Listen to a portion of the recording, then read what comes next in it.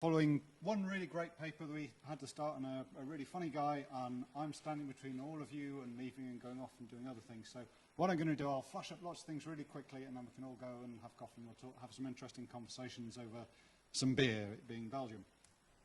What I'm talking about here is about MOOC dropout, and one of my big points is this isn't totally new. We've been interested in dropout in education for a long time. I was thinking that I'd be saying, hey, great, I've got some data about a MOOC that we've been running, but this slide's out of date from the beginning of this session because they had more data than I do. But what I also want to do is to try and change the way you're thinking about this, and I think I can build on what that first presentation was doing, and I want to change the way you're thinking, which is a dangerous thing to try and do, and I'm going to change the way you're thinking with a funnel. And when we talk about funnels in education, there's one idea that's about 600 years old, or about as old as the university we're at, which is you can put this Nuremberg funnel, the Nürnberger Trichter, you put it in your head, and you just pour knowledge straight in, and the wisdom just goes straight in like that. It's not quite that simple. I don't think that quite holds. Another illustration of this is a guy, you can see him, he's near the Grote Markt where we'll be this evening. It's a statue, it's a guy who's got the fountain of knowledge, he's pouring this knowledge into his head, and it's all going in. But if you notice, it's all leaking out the bottom again. So there's nothing actually being retained there, it looks like it.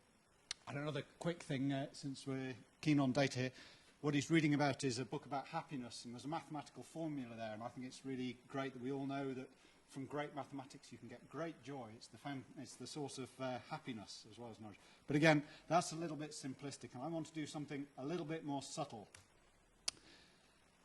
And here we have some explorers looking maybe for the fountain of youth, and they found the fountain of doubt. Or have they? So I'm trying to show that things are perhaps a little bit more complicated. We can argue about the definitions of MOOCs. There's the more instructionist ones, there's the more connectivist ones. They are officially the buzzword of 2012. We're now nearly halfway into 2013, so the field is moving very fast, and my slides are getting out of date during the presentation. That's really pretty fast. Doing learning analytics on MOOCs is hard for all sorts of reasons that I'm not going to bother you with now. I think one of the things that's changed in between me writing this paper and standing up to give this talk is the emergence of an exciting new MOOC platform, and this is a word from my sponsors. The Open University is a big driving force behind this, although we're working in partnership with a load of other British universities. This is a new exciting MOOC platform where the videos have British accents. There's more to it than that. I think one of the things we're going for as our unique selling points is we're going to have a more interesting, more nuanced, more complex pedagogical model built on what the Open University, my institution, has developed over many decades of teaching in open education. And what we're also interested in is building on learning analytics. We have a lot of key learning analytics people working on the team, but we also want to get your feedback and things like that. This URL at the bottom, you can send us ideas, use cases, things like that. Get on with it, though, because they're actually building the platform while we're talking. So I'm going to move on to research a bit. And again, this is another slide that's become outdated during the course of this session. Up until this stuff, the main findings of MOOC research is that people drop out. So let's get a bit more drilling down to that. And back in November, when I first wrote the paper, the state of the art in completion rates, we were beginning to get reports of completion rates on some of the first X-MOOCs, MIT X and Coursera, and you have a bottom line number sort of around 7%. The more connectionist MOOCs, it's kind of hard to define what completion is, and actually a lot of the people who are driving forces behind that, if you said there must be some learning outcome defined in advance that you will tell whether people have got to it in the end, they would say no, that's exactly the opposite of what we're trying to teach. But again, things have moved on, and one of our excellent graduate students, Katie Jordan, has put together this really interesting online project. You can go there, and there's a really interesting tool to visualize this. There's a whole load of data showing completion rates, and one of the things with completion rates up there and the number of people enrolled along there, one of the things to notice about this is that the scale only goes up to 20%, and just about everything is under 10%. So that sort of initial, it's about 7%, that's probably close. But again, I think we want to start breaking it down that down, looking at how things happen over time. And to do this, I'm stealing an idea from marketing. We take ideas from anywhere in learning analytics, and we're going straight to marketing. So this idea has been around in marketing for donkey's years. The idea is you start off with awareness. You have to generate awareness of your product. You're trying to sell something, so people have to know it exists. So you do mass advertising, get huge numbers of people. A smaller number of those will be interested in what you're talking about. A smaller number of those will actually form a desire to actually want your product, and a smaller number of those will actually go forward and buy it. So there's a big drop as you go down each time, and you come through. So the idea I've got is to transfer this model across to education, where you move through and you buy the degree at the end. Did I say buy degrees? I didn't mean that. Okay, here we are. This is the funnel of participation. This is about education. So here we're talking about, you start off, lots of people will register. Actually, there could be a stage well before that. You've got the awareness stage before that. Oh, we've got awareness stage there, sorry. People need to be aware of what's there. Some of the people who are aware, they'll visit the website, they might just bounce off. Some of those will register. A small number of those will actually do the first activity, actually log in, actually make the first post, actually complete the first assignment, that sort of thing. And then a smaller number of those will go on to progress, and a smaller number of those might go on to complete the course if your course has some notion of completion. And it's not just, the idea behind this, it's not just the steep drop-off from one stage to the next. Within those stages, there's a highly unequal pattern of participation. You've got a small number of people doing way loads of activity, and you've got loads of people doing very little sort of activity. You see this across all sorts of online interactions. It looks like it's a pretty fundamental thing. You get these very steep fall-offs. They can be exponential. They can fall off faster than exponential.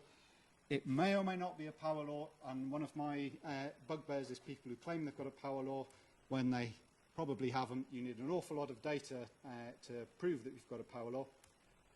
Here I've got some data from 3 different communities that illustrates that fall off as you go down. They're 3 entirely separate educational communities. The main link between them is that I've been involved in all of them. iSpot is a project teaching people about nature, helping them share their observations and put names to observations of wildlife. CloudWorks is an educational discussion forum for educators. And OpenEd is this MOOC that we ran that I'll tell you a little bit more about later. It's not actually massive if you look at the numbers. It doesn't come out that big. And you look at the bottom line there, you've got a drop-off at every stage. You've got a lot of people visiting. Some of them register. Some of them actually contribute something. And we're still above 7% here, but this is the people who actually started rather than the people who got all the way to the end. So we're already looking quite low. Now, OpenEd, I shall give you a very quick tour about this. The stuff's all freely available. When we started this in 2009, we didn't call it a MOOC because no one was calling things MOOCs at that point, but we're calling it MOOC now. It was free, open, online. It's open in most of the senses of open, including that all of the materials are open educational resources licensed under a Creative Commons by share alike license, and some of them under even more, but you don't need to know about that.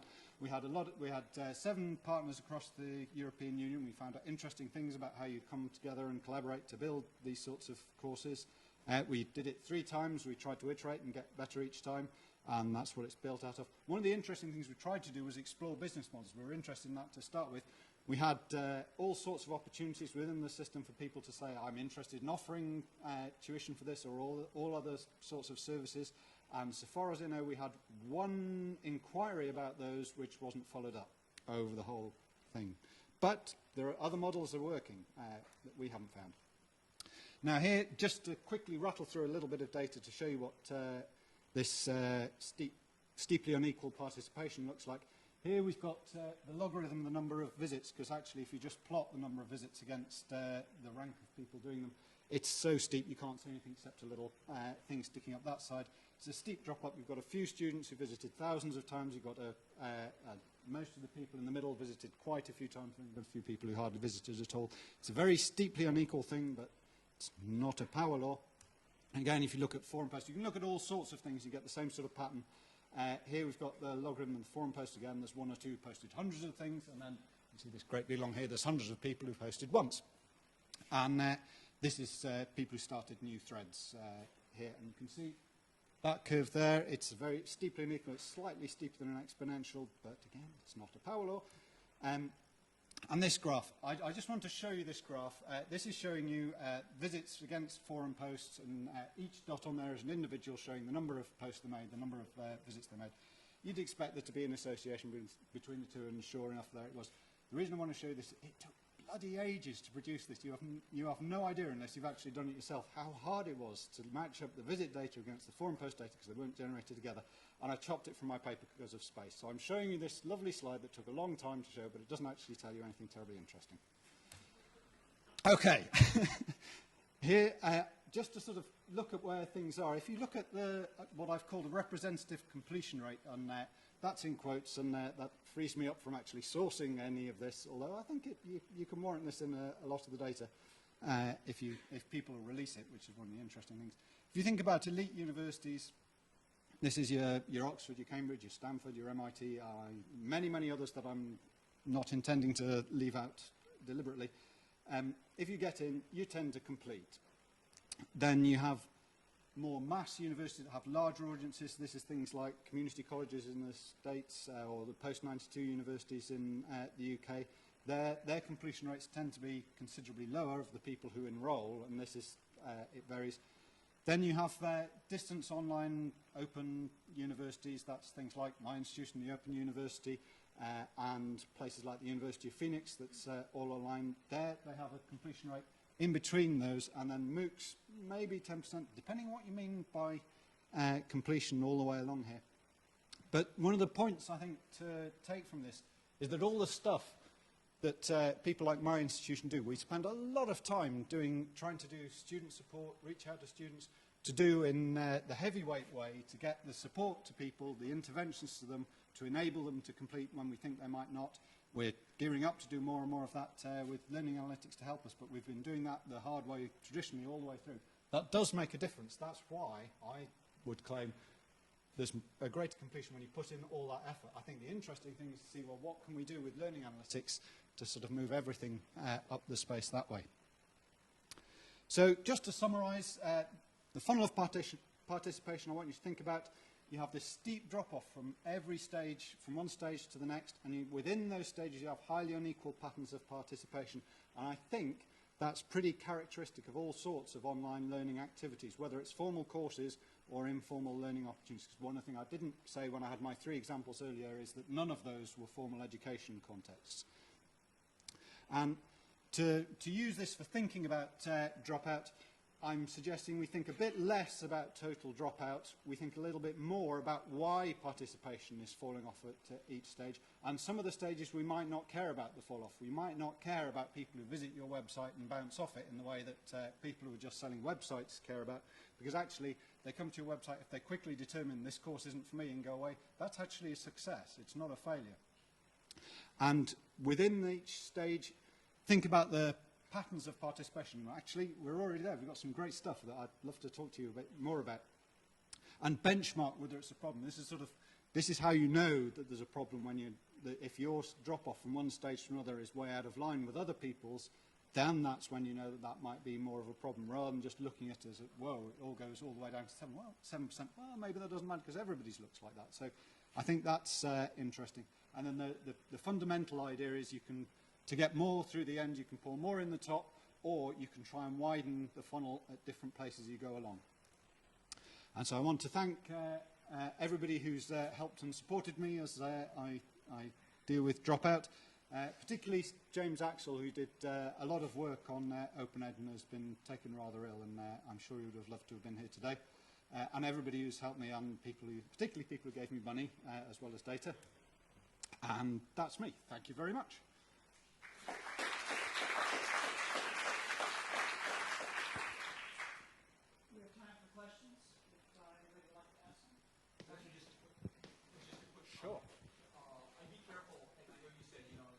Graphing the completion rates. Yeah. I wouldn't include community colleges in that group. Okay. Community college completion rate might be a third of what. A third of that. Okay. Thank you. Very, very good point. Over here and then in the back. Yes, you're right, actually. I wonder if you can define participation a little more. Does it actually mean taking part and actually contributing? Yeah. And really what I'm wondering here is whether the MOOC model of delivery should really be compared more with crowdsourcing.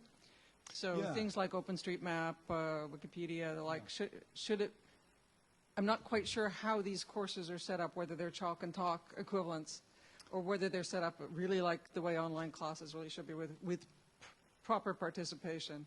Anyway, comments? Yeah, I mean, I think that's a really good point, and I think there's scope for a lot of diversity in what matters and what doesn't. Oh, you've got the sweetie. I think if what you're trying to do with the course is to get people from from wherever they are to a defined goal at the end, then you kind of need people to have achieved that all the way through. But I think there is huge opportunity for online learning activities that gain value from participation in at whatever scale it is, and that you can include vast amounts of participation by small numbers of people at, they're just valuable enough participation. You can scale that up by, you don't have to do a lot, but you can still be contributing to a learning community. And iSpot, I think, which I've talked about before, is a really good example of that. There isn't a curriculum as such. We've thought long and hard about what people might learn through the course of working on that site, but you can get something out of it through just a little bit, or by working at it over a very long period of time. And I think structuring things that way is really very exciting. It's also harder to do for educators who have started with a very traditional model of a course to just turn that into something more flexible and participatory like that. But it's great when you can do it. I wanted to give a follow-up or comment about the slide of comparing the completion rates. Within MOOCs, the 10% starts with everybody who registered as opposed to any people who had any intention. It's sort of like counting everybody in this room as a potential student of this university. What I've done is I've looked at a bunch of MOOCs. I've looked at the original Stanford AI course, which had about 80,000 students try a problem on the first problem set, or try any problem, and about 22,000 students finished. I forget, 80,000, it was around 25%. The original databases course from Coursera also released numbers. There, again, at a very similar metric, was 25%. There was a course, the original MIT X6 Wix was right around 25%, and these were within a few percent of each other. And there was a course taught on a platform called Lon Kappa, which also released numbers, and when they had opened up to the general public, their first offering, they also got about 25%. So what's been fascinating to me is that the completion rates have been very close. First of all, very close together. Second of all, very close to 25% when you look at people who actually made any attempt at the course whatsoever. And the third one is that it's actually very close to where Open University is. It's within 10% of that. Okay.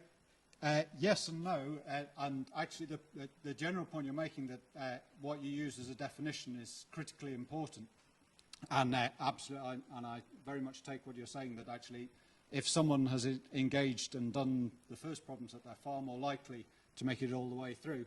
Actually, that completion rate for open online universities is completion all the way through to the degree, not completion within an individual course. Or a completion within an individual course is highly variable, but it can be anything between 50% and 99%. The 25% number was from people on four different platforms, one course on each platform, from students who attempted a problem on the first problem set or anywhere in the course, or finished first problem set depending which number they released, up to earning a certificate. So that was sort of percentage of people who were enrolled with intention of trying the course. Sure, yeah. And that is a very different measure, and I think if you applied the same measure to the other things we've got here, you'd get it correspondingly higher numbers there too. So it's really, this is probably a very misleading slide, and any slide you could put together comparing numbers would be at least as misleading, or possibly less if you were better than I am. One last question over here, and then people can come up and ask questions individually. Oh, hey, I didn't mean to do that. Hi, my name is Ali. I'm with Sebit from Turkey. I participated that artificial intelligence course from Sebastian Trun, and I remember a university in Germany, I guess it was from Munich, they accredited the course if you enter the exam in the university premises, the final and midterm exams, and the completion rate of those people were near 100%, right? Yeah. So it's about, I mean, I don't think those things are comparable. There has to be, No. they have to be balanced with accreditation. Yeah, yes, I think absolutely. It's the context and what you're using as it makes a huge difference. Absolutely, yeah. Great. Thank you, Doug. Thank you. So let me close by reminding you that at 6:30 there is a welcome reception at Town Hall, and I hope everybody has enjoyed the day. Have a beer, and we'll see you at 6:30.